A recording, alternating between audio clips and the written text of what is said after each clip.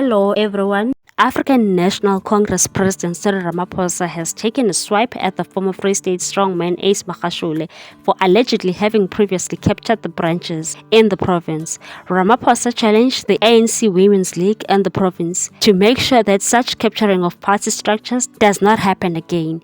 He was speaking at the Central University of Technology in Bloemfontein at an ANC Women's League event on Wednesday as part of the build-up to the party's 111th anniversary celebration billed for Sunday.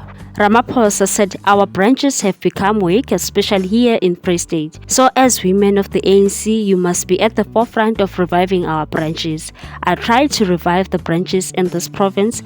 Former Deputy President David Mabuza followed suit, so did former President Thabo Mbeki and former Deputy Kgalema Motlanthe, and it took us a long time.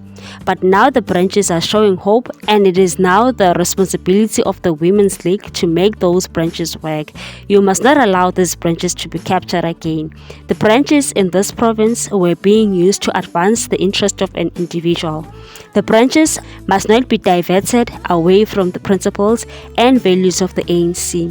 The individual Ramaphosa was seemingly referring to was Magashule, who ruled the province as chair for 2 decades before graduating to Luthuli House as Secretary General.